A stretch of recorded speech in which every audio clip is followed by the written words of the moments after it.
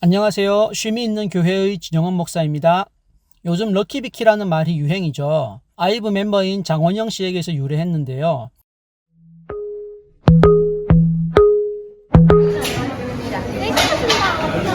제 앞에 사람이 하려는 콜라를 다 사가가지고 너무 럭키하게 제가 새로 갓 나온 빵을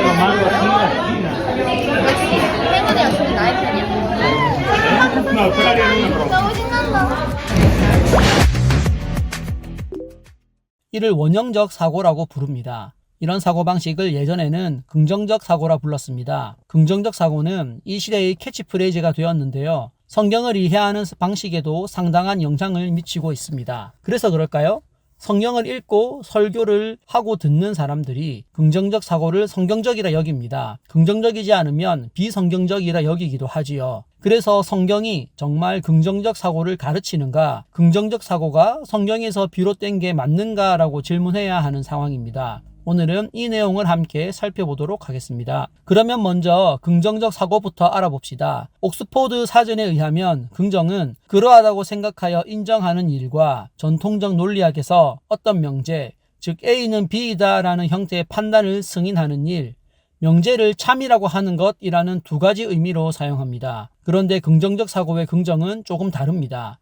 첫 번째의 뜻, 그러하다고 생각하여 명제를 참이라고 인정하는 것에 좋게 인정한다는 의미가 첨가되어 있습니다. 사실을 판단하는 긍정에는 감정이 들어있지 않지만 긍정적 사고에는 좋다는 감정이 들어가 있는 거죠. 그래서 객관적인 상황을 주관적으로 좋게 더 밝은 방향으로 이해하고 받아들이는 태도로 나타납니다. 앞선 영상에서 장원영 씨가 보여준 모습과 유사하지요. 그렇기에 긍정적 사고에는 분명한 장점이 있습니다.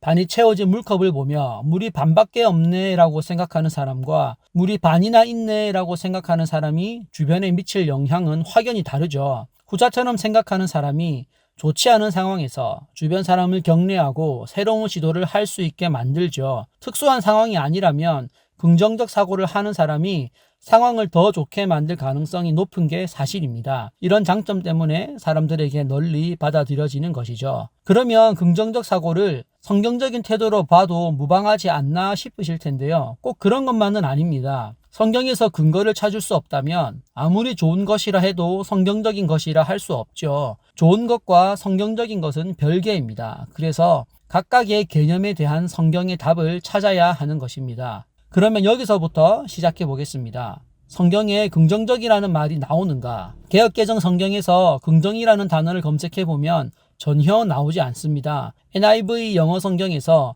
긍정을 뜻하는 단어 positive를 검색해도 마찬가지입니다. 성경에는 긍정이라는 단어가 사용되지 않았다는 말이죠. 다만 이는 긍정이 성경적이지 않다고 단정짓게 해주는 근거는 아닙니다. 그저 성경에 긍정이라는 단어가 없다는 사실일 뿐이죠. 앞서 살펴본 것처럼 긍정은 질문에 참이라고 답하는 것이고 긍정적 사고는 좋게 받아들이려는 태도니까요. 그러므로 긍정적 사고가 성경적인 사고방식인가를 찾아보려면 긍정적 사고를 내포한 태도가 나타나는지 그런 태도가 성경의 중심인물들에게 나타나는지가 관건이라 할 수 있습니다. 특히 예수님께서 긍정적 사고를 하셨다면 긍정적 사고는 성경 전체를 지배하는 예수님의 제자라면 당연히 따라야 할 태도라고 볼 수 있습니다. 성경에 그런 내용이 있는지 찾아보면 되는 것이죠. 그것이 오늘의 핵심입니다. 그러면 긍정적 사고가 어쩌다 성경적 태도인 것처럼 여겨지게 되었을까요? 이는 미국과 한국에서 베스트셀러가 된 책 한 권 때문입니다. 조엘 오스틴 목사의 긍정의 힘이라는 책이죠. 그는 자신의 긍정적 태도 덕분에 하나님에게 큰 복을 받았다는 주장과 관련된 경험을 책으로 썼는데요. 제가 기억하는 부분 중에 이런 내용이 있습니다. 조엘 오스틴 목사가 사역을 마치고 귀가했는데 늦은 시간이었습니다. 당시 아파트 주차장에 자리가 없었죠. 그때 조엘 목사는 긍정적 사고를 합니다. 하나님이 나에게 주차할 자리를 주실 거야. 그렇게 생각하며 주차장을 한 바퀴를 돌자 자기 집 바로 앞자리에 주차되어 있던 차가 한 대 나가는 겁니다. 조엘 목사는 깨닫습니다. 역시 하나님은 긍정적인 생각을 하는 자에게 복을 주신다니까? 이 외에도 지역 경기장을 교회로 쓰겠다는 긍정적인 생각을 한 덕분에 하나님이 복을 주셔서 그 구장을 인수하여 교회로 사용했다는 내용도 있습니다. 당시 조엘 오스틴 목사의 교회에 몇만 명의 교인이 모이는 흔히 말하는 성공한 목회를 하고 있었기 때문에 수많은 개신교인들이 긍정의 힘에 매료되었지요. 이것이 한국 교회에 긍정적 사고가 뿌리내리게 한 계기였습니다. 교회 밖에 긍정적 사고의 조각이 있었겠지만 시작은 어쨌거나 긍정의 힘이었던 거죠. 여기서 개신교인들이 자주 하는 실수 중 하나가 발견됩니다. 목회자의 주장을 비평 없이 성경적으로 받아들인다는 것입니다. 조엘 오스틴 목사지 않습니까? 목사의 주장이니 당연히 성경에 근거를 두고 있을 것이라 판단합니다. 하지만 틀린 믿음입니다. 긍정의 힘이 성경적이지 않다는 게 아니라 목사의 주장이 무조건 성경적인 것은 아니라는 뜻입니다. 목사도 틀릴 수 있습니다. 성경과 아무 상관없는 개인적인 생각을 성경적인 것처럼 꾸미기도 합니다. 정광훈이 목사라는 타이틀을 달고 하는 정치적 표현이 대부분 비성경적인 내용입니다. 그저 그 한 사람의 주장일 뿐이죠. 그걸 구분하지 못하는 개신교인들을 볼 때 마음이 참 답답합니다. 마찬가지로 조엘 오스틴 목사의 긍정의 힘도 그 개인의 주장일 뿐입니다. 그것이 성경적이려면 성경에 긍정적 사고를 지지하는 근거가 있어야 하는 거죠. 그러면 긍정적 사고의 실체는 뭘까요? 그것은 긍정심리학이라는 철학적, 인문학적 접근에서 파생된 하나의 사고방식입니다. 심리학계에서는 긍정심리학을 통해 사람의 행복과 삶의 만족도를 높이려는 연구가 진행되었는데요. 여기서 파생된 아류작이 긍정적 사고입니다. 로버트 슐러 같은 인물이 긍정적 사고의 모체라 할 수 있는 생각의 힘을 주장했지요. 그도 또 다른 사람의 주장을 채용해서 시작했지만요. 시기로 보면 긍정심리학의 시작 이후에 긍정적 사고가 발현하였습니다.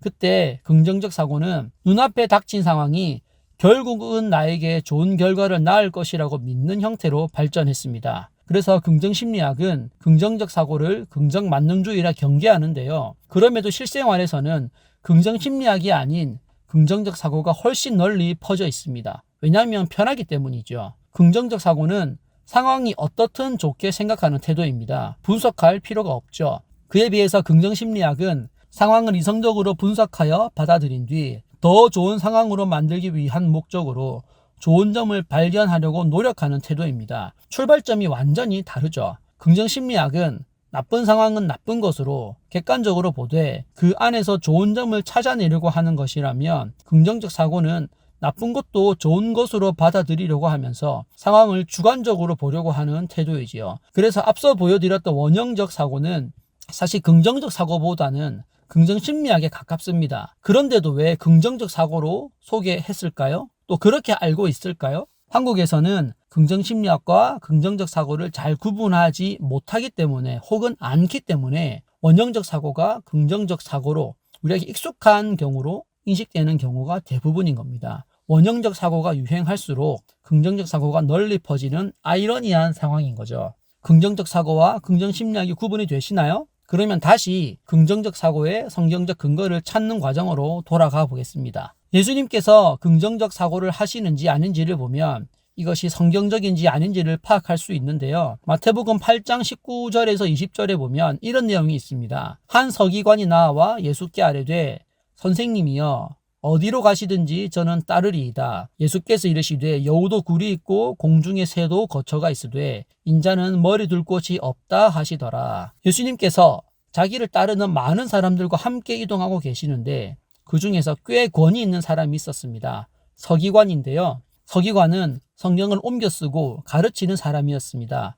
지금으로 따지면 국가기록물보관소 관장 겸 대학 교수 정도라 할 수 있는데요. 신정일치 체제인 고대 이스라엘에서는 고위공무원에 해당하는 사람입니다. 하지만 고대 이스라엘이 멸망하고 로마의 지배를 받던 AD 30년경에는 공무원의 지위는 잃었지만 교수의 위치는 여전했다. 이렇게 비유로 이해할 수 있습니다. 그런 사람이 예수님에게 말한 거죠. 제가 선생님을 계속 따르겠습니다. 서울대 교수가 일반인에게 자기 전공 분야를 배우겠다고 말하는 그런 상황인 거죠. 그런데 예수님의 대답이 독특합니다. 여우도 굴이 있고 새도 둥지가 있는데 사람의 아들인 나는 머리를 누울 곳이 없다라고 말씀하신 겁니다. 동물도 집이 있는데 나는 집이 없다. 머물 곳이 없다는 뜻입니다. 예수님의 대답에서 긍정적 사고가 발견되나요? 오히려 부정적인 태도이지 않나요? 저렇게 지위가 높은 사람이 나를 따르겠다고 하니 얼마나 기쁜가라고 좋은 부분을 발견해야 될 것 같은데 오히려 나쁜 부분을 부각시키며 나는 거처가 없이 떠돌아다니는 사람이라고 대답하고 계신 겁니다. 예수님은 긍정적 사고가 아닌 부정적 사고에 사로잡힌 분이라고 해야 마땅해 보이지 않습니까? 이것만 보면 하나의 사건만으로 침소봉대하는 것 아니냐, 그런 반론을 펼칠 수 있으니 다른 부분도 한번 살펴보겠습니다. 마태복음 27장 45에서 46절입니다. 제6시로부터 온 땅에 어둠이 임하여 제9시까지 계속되더니 제9시쯤에 예수께서 크게 소리질러 이르시되 엘리 엘리 라마 사박다니 하시니 이는 곧 나의 하나님 어찌하여 나를 버리셨나이까 하는 뜻이라. 어찌 보면 성경의 하이라이트에 해당하는 부분입니다. 예수님은 사람들의 죗값을 대신 치르기 위해 고문과 모욕을 당하신 뒤 십자가에 못이 박혀서 매달리셨습니다. 숨이 끊어질 상황인데 그때 외치신 겁니다. 나의 하나님 왜 나를 버리셨습니까? 단말마와 같은 비명을 지르신 뒤 얼마 후 죽으시지요. 예수님의 외침에 어떤 마음이 담겨 있는 것 같나요? 긍정적 사고가 발견되나요? 만약 긍정적 사고로 외치셨다면 이렇게 말씀하시지 않으셨을까요? 아버지여 12군단 더 되는 천사를 보내셔서 저를 구해주세요 라고 말입니다.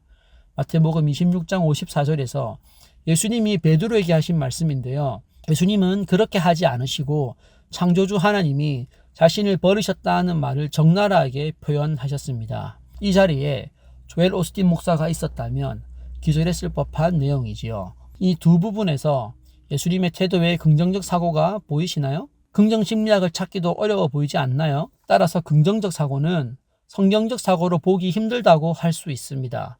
이에 대한 반론으로 구약의 시편을 통해 긍정적 사고를 주장하는 분들이 있을 수 있습니다. 비록 예수님에게서는 보이지 않지만 다윗이나 혹은 그런 식의 시편을 쓴 시인들에게서는 긍정적 사고를 찾을 수 있다고 말이죠. 일리가 있습니다. 성경에는 예수님만 나오시는 게 아니니까요. 그래서 시편도 한번 살펴보도록 하겠습니다. 시편 3편을 보시면 이런 말씀이 있습니다. 여호와여 나의 대적이 어찌 그리 많은지요. 일어나 나를 치는 자가 많으니이다. 많은 사람이 나를 대적하여 말하기를 그는 하나님께 구원을 받지 못한다 하나이다. 여호와여 주는 나의 방패시요 나의 영광이시요 나의 머리를 드시는 자이시니이다. 내가 나의 목소리로 여호와께 부르짖으니 그의 성산에서 응답하시는도다. 다윗의 시로 알려진 이 시는요. 다윗이 자신의 아들 압살롬의 반란으로 피난을 간 상태에서 지은 시입니다. 자식이 아비를 왕자가 왕을 죽이려는 이 참담한 현실 앞에서 다윗은 사람들의 비난과 조롱도 받습니다. 아유, 저 봐라. 하나님이 다윗 왕을 구하지 않으실 거야. 그러니까 아들이 반란을 일으켰지. 이런 식으로 말이죠. 그런데 다윗 왕은 어떤 태도를 보입니까? 반란자나 혹은 조롱하는 사람을 향해 대응하기보다는 하나님을 향해서 말을 합니다. 여호와여 주는 나의 방패시요 나의 영광이시요 나의 머리를 드시는 자이시니이다. 나의 주인은 적의 공격을 막아줘서 나를 보호하시는 분이시고 나의 후견인이시고 내가 머리를 들고 다닐 수 있게 하시는 분이라고 말입니다. 도망가고 있는 상황에서 할 말은 아닌 것처럼 보이죠? 어떤가요? 긍정적 사고처럼 보이죠? 여기서 구분을 잘 해야 합니다. 먼저는 긍정적 사고와 긍정 심리학의 구분입니다. 긍정적 사고는 상황을 객관적으로 받아들이지 않고 주관적으로 좋게만 받아들이는 방식이라면 긍정 심리학은 상황을 객관적으로 받아들인 상태에서 나쁜 것으로 인해 결국은 좋은 것이 생길 것을 기대하는 방식이라고 했습니다. 다윗 왕은 우리가 보기엔 주관적 믿음이지만 당시에는 객관적 사실이었던 내용을 말하고 있습니다. 여호와 하나님이 어떤 분이신지 그리고 그분이 나를 어떻게 대하시는지 말이죠. 두 번째로 우리가 봐야 할 것은 이스라엘 사회가 신정일치 체제라는 겁니다. 종교와 정치가 결합된 나라죠. 곧 종교가 객관적 사실로 받아들여지는 시대였습니다. 그런 하나님의 성품을 노래하는 것이기 때문에 다윗의 긍정적 태도는 긍정적 사고가 아니라 긍정 심리학의 요소, 곧 객관적 사실을 토대로 기대하는 것에 기울어져 있습니다. 만약 다윗의 태도를 긍정적인 모습으로 보려면 긍정적 사고가 아니라 긍정 심리학으로 봐야 마땅하다는 것이죠. 마지막으로 다윗은 상황이 나아질 것에 대한 기대를 바라지 않고 있습니다. 그는 하나님에 대한 것만 가지고 있습니다. 만약 다윗에게 긍정적 요소가 발견된다면 그것은 그가 믿는 하나님에 대한 믿음에서 나타난 것이지 긍정적 사고나 긍정 심리학적 태도를 가진 것도 아니라는 것입니다. 그래서 다윗은 자신의 하나님에 대한 믿음, 하나님이 나를 구원해 주실 것이기에 나는 두려워하지 않고 하나님이 악인의 계획을 꺾어버릴 것이라는 기대를 하고 있는 것입니다. 긍정적 사고와 완전히 다른 것이죠. 성경의 다른 부분도 마찬가지입니다. 저자가 명확하게 밝혀지지 않은 시편 86편은 이렇게 시작합니다. 여호와여, 나는 가난하고 궁핍하오니 주의 귀를 내게 기울여 내게 응답하소서. 나는 경건하오니 내 영혼을 보존하소서. 내 주 하나님이여, 주를 의지하는 종을 구원하소서. 긍정 심리학적으로 분석해보면 시인은 자신의 상태를 매우 객관적으로 바라봅니다. 나는 가난하고 궁핍하오니, 저는 거지입니다. 저는 땡전 한 푼 없습니다. 그러므로 저의 말에 귀를 기울여 주십시오. 자신의 상태에 대한 냉철한 분석 아닙니까? 자기는 가난하다고, 자신이 거지라고 받아들이기가 얼마나 어렵습니까? 누구나 자신의 상황을 보면 자기 기준상 최저점보다는 낫겠지라고 생각합니다. 그러다가 자신이 최저점에 속했음을 받아들이면 낙담하죠. 그 낙담이 슬픈 감정과 뒤섞이게 되면 자살까지 떠올리게 되는 것입니다. 이 시인도 그런 최저점을 받아들였습니다. 그런데 어떤 태도가 나오나요? 내가 가난한 자이오니, 이런 어려움에 처했으니 하나님이 저의 말에 귀를 기울이시고 저의 말에 대답해달라고, 응답해달라고 애원합니다. 여기에 자기 비하가 있습니까? 부정적 태도가 있습니까? 단어는 부정적이지만 태도는 부정적이지 않습니다. 객관적일 뿐이죠. 그리고 그의 마음속 깊은 곳에서는 내가 믿는 주인, 하나님에 대한 기대감이 있습니다. 그래서 낙담하지 않지요. 앞서 말한 다윗이든 지금 이 시편의 시인이든 모두 긍정과 관련된 어떤 표현도 어울리지 않습니다. 긍정적 사고는 물론이고 긍정 심리학도 사실은 좋은 표현이 아니지요. 이 두 시인은 오직 하나님에 대한 기대감 때문에 자신이 처한 어떤 어려움도 이길 수 있다고 믿을 뿐입니다. 긍정적 사고가 아니라 믿음적 사고이고 믿음 심리학이라고 해야 합니다. 자신이 믿는 실체, 실존적 대상인 하나님의 위대하심에 기대고 있는 것이니까요. 그럼 정리해 볼까요? 한국 교회를 휩쓴 긍정적 사고는 사실 성경적인 것이 아닙니다. 성경에는 믿음으로 말미암은 기대, 낙관적인 생각만 있습니다. 그것도 자신에게 생길 미래에 대한 기대나 생각이 아니라 하나님의 성품에 근거를 둔 기대이고 생각입니다. 그래서 개신교인, 더 넓게 기독교인들은 지금의 내 삶이 어떠할지라도 나는 하나님이 행하실 일들을 기대합니다라는 믿음과 마음으로 살아갑니다. 그래서 다른 사람이 보기에 자신감이 넘치고 밝게 살아갈 수 있는 것이죠. 긍정적 사고는 물론이고 긍정 심리학도 어울리지 않습니다. 믿음적 사고, 믿음 심리학이라 해야 합니다. 더 정확히 말하면 하나님 중심적 사고, 하나님 중심 심리학입니다. 이것이 기독교인에게 나타나야 하는 태도이고 사고다, 이렇게 말을 할 수 있겠습니다. 이를 기억하면서 하나님 중심으로 생각하는 우리 모두가 되었으면 좋겠습니다. 오늘은 여기까지입니다. 다음 시간에 또 다른 주제로 만나보도록 하겠습니다. 감사합니다.